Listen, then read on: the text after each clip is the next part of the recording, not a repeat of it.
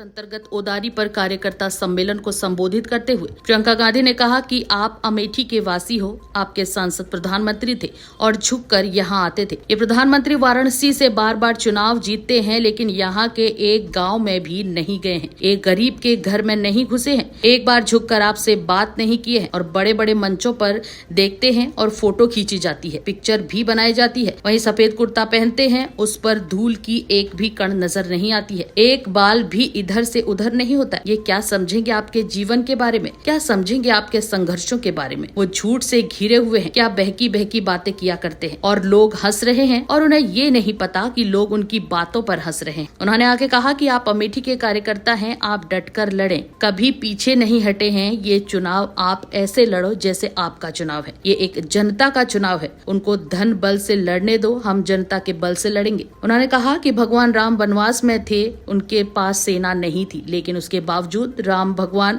हिम्मत नहीं हारे, वो गए और रावण से लड़े। उनके पास सिर्फ सत्य था। ये लोकतंत्र की लड़ाई है, ये संविधान की लड़ाई है और जिस दिन मन बनाओगे तो कोई नहीं हरा पाएगा। प्रियंका ने कहा कि मैं इस चुनाव को यहाँ से जीत कर जाऊंगी, मैं अमेठी फिर आऊंगी और सत्य की राजनीति लाने के लिए लड़ूंगी। कोई हमें हरा नहीं पाएगा। सिर्फ 2-4 घंटे आप लोग सोइए, बाकी क्षेत्र में जाइए, लोगों को समझाइए, लोगों को इस देश की सच्चाई दिखाइए और बताइए कि कांग्रेस की जहां जहां सरकार है क्या क्या कर दिखाया है।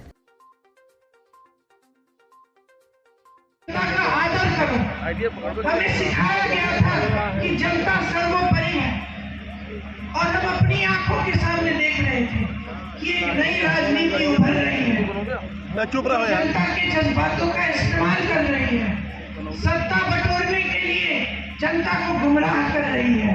यहाँ अमेठी में आए ये लोग क्या समझेंगे, स्मृति जी क्या समझेंगे? ये तो यहाँ पे आपके लिए थोड़ी आई, ये तो राहुल जी को हराने के लिए आई है, ये राहुल जी से लड़ने के लिए आई है, ये आपके प्रति श्रद्धा की वजह से नहीं आई है। वो कैसे समझेंगी ये रिश्ता? इन्होंने झूठ फैलाए कि हम आपकी जमीन हड़पने आए थे, कि जिन महिलाओं के जिस समूह में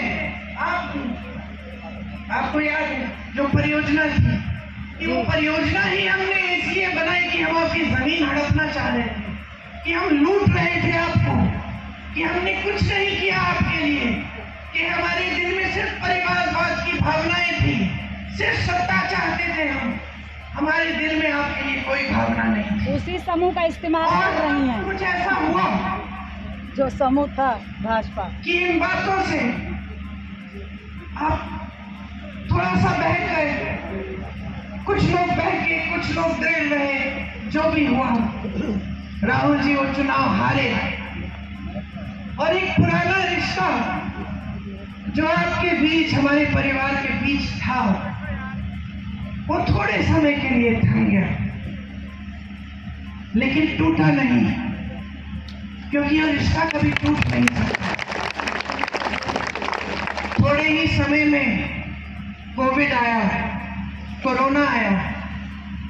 मुझे याद है, मैं उत्तर प्रदेश की प्रभारी थी, मैं और मेरे साथी 16-16 घंटे फोन पे रहते थे। हमने एक हेल्पलाइन खोली थी उत्तर प्रदेश के लोगों के लिए कि कहीं संकट है, कहीं फंसे हो, लॉकडाउन हो गया था अचानक, मोदी जी की सरकार ने कोई साधन नहीं दिया था, अचानक कोई सारी ट्रेनें बंद हो गई थी, बसें बंद हो गई थी, लोग अलग अलग जगह जो यहाँ पलायन करके गए थे, यूपी से फंस गए थे। हमने हेल्पलाइन खोली, 16-16 घंटे हम उस हेल्पलाइन के नंबर देखते थे, जवाब देते थे, बात करते थे। मैंने कहा हुआ था अपने साथियों को कि अगर अमेठी रायबरेली का कोई फोन आता है तो मेरा नंबर देना, और मैं कभी नहीं भूलूंगी। एक फोन आया, मैंने उठाया, एक लड़का था, गुजरात में था, उसने कहा आपने हेल्पलाइन का नंबर जारी किया है? मैंने कहा हाँ, बताया नहीं कि कौन हो। उसने कहा यहाँ पे मेरे साथ 16 लोग हैं, हमारे पास सिर्फ आज रात का खाना है, कल का खाना नहीं है, कुछ नहीं है, क्या करें? के। मैंने कहा घबराओ मत, अब राहुल भैया को जानते हो? तो उसने कहा राहुल भैया कौन? मैंने कहा राहुल गांधी। हाँ जानता हूँ। मैंने कहा मैं उसकी बहन हूँ, फिक्र मत करो, मैं किसी को तुम्हारे पास भेजूंगी।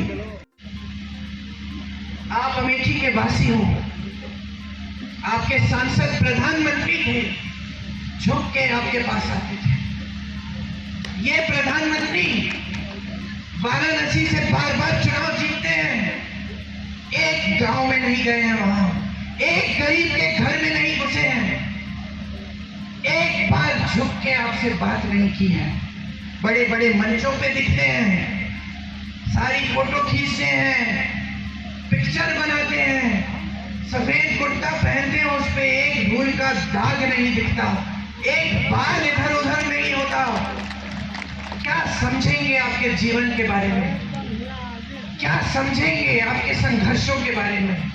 कट चुके हैं पूरी तरह, लोग डरते हैं उनसे, उनके सलाहकार डरते हैं, अधिकारी डरते हैं। कौन बताएगा कि आज देश में क्या हालात है?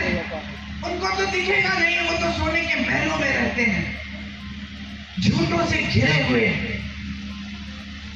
क्या क्या बहकी बहकी बातें कर रहे हैं, लोग हंस रहे हैं, उनको ये भी पता नहीं चल रहा है आज की लोग उनकी बातों पे हंस रहे हैं। तो आप कांग्रेस के कार्यकर्ता हैं, हमेशा अपने निष्ठा से काम किया है, अमेठी के कार्यकर्ता हैं, भीषण परिस्थितियों में चुनाव लड़े हैं, डट के लड़े हैं, हिम्मत से लड़े हैं, कभी पीछे नहीं हटे हैं। आप लड़ोगे ये चुनाव, आप ऐसे लड़ो जैसे अपना चुनाव है, जनता का चुनाव है। उनको धन बल से लड़ने दो, हम जनता के बल से लड़ेंगे। उनके पास सारे साधन हैं। मत भूलो कि जब भगवान राम रावण से लड़े थे तो भगवान राम के पास सत्ता नहीं थी, रथ नहीं था, सोना नहीं था। भगवान राम वनवास में थे, लेकिन उन्होंने हिम्मत बनाई, गए लड़े रावण से, उनके दिल में सिर्फ सत्य था। आज ये सत्य की लड़ाई है, ये लोकतंत्र की लड़ाई है, ये संविधान की लड़ाई है, ये इस देश की लड़ाई है, इस देश की जनता की लड़ाई है। ये अपने लिए नहीं लड़ रहे हो चुनाव, ये किशोरी लाल शर्मा के लिए नहीं लड़ रहे हो, ये आप अपनी धरती के लिए लड़ रहे हो, अपने देश के लिए लड़ रहे हो, अपने लोकतंत्र के लिए लड़ रहे हो, अपने संविधान के लिए लड़ रहे हो। मन बनाओ, मन बनाओ। जिस दिन मन बनाओगे तो कोई नहीं हरा पाएगा। इस चुनाव को जीत के जाऊंगी मैं, यहाँ से मैं आपके बीच आऊंगी, आपके साथ लड़ूंगी, और अमेठी के इस पवित्र धरती में सही राजनीति, सत्य की राजनीति वापस लाने के लिए लड़ूंगी, और कोई हमें हरा नहीं पाएगा। ये मैं आपसे कह रही हूँ। ये वचन आपको देके जा रही हूँ। आज आप जब इस मीटिंग से जाएंगे, मैंने रायबरेली में 2-3 दिन पहले जब सभा की थी तो मैंने घंटे गिने थे। अब आप गिन लीजिए कितने घंटे हैं। उस समय वहां पे 330 के तकरीबन थे, अब कम हो गए हैं। 2-4 घंटे सोने के लिए रखिए, बाकी घंटे बाहर जाइए, प्रचार करिए, लोगों को समझाइए, लोगों को इस देश की सच्चाई दिखाइए, बताइए, प्रमाण दीजिए कि कांग्रेस ने जहां जहां सरकार है क्या क्या करके दिखाया है। किस तरह छत्तीसगढ़ में हमने आवारा पशु की समस्या खत्म की, किस तरह आज कर्नाटका में, तेलंगाना में महिलाओं के खातों में पैसे आ रहे हैं हर महीने, किस तरह हमने किसानों को मजबूत किया अपने प्रदेशों में, किस तरह हम ऐसी नीतियां लाए जिससे देश की संपत्ति वापस इस देश की जनता के हाथों में जाए। बताइए, समझाइए, सच्चाई दिखाइए, जनता को कहिए कि जनता जो जी रही है वही सच्चाई है, उस आधार पर वोट दे। तरक्की नहीं आई है आपके जीवन में, 10 साल बीत गए हैं, मोदी जी के झूठ सामने आ गए हैं। हराइए इनको, बदलाव लाइए, एक नई सरकार लाइए, एक नई राजनीति जो पहले पुराने असूलों पर आधारित है वो लाइए इस देश में। मैं आपसे पूरी उम्मीद रखती हूँ कि एक सेना की तरह आप ये चुनाव लड़ेंगे, ये चुनाव जीतेंगे और यहाँ अमेठी से इस पूरे देश में ये संदेश देंगे कि बहुत हो गया है, हमें सच्चाई की राजनीति वापस चाहिए। आपने बहुत ध्यान से मेरी बातों को सुना, मैंने दिल की बात बोली, आपके सामने अपनी सच्चाई रखी। मैं आपकी आभारी हूं कि हर संकट में आपने साथ दिया।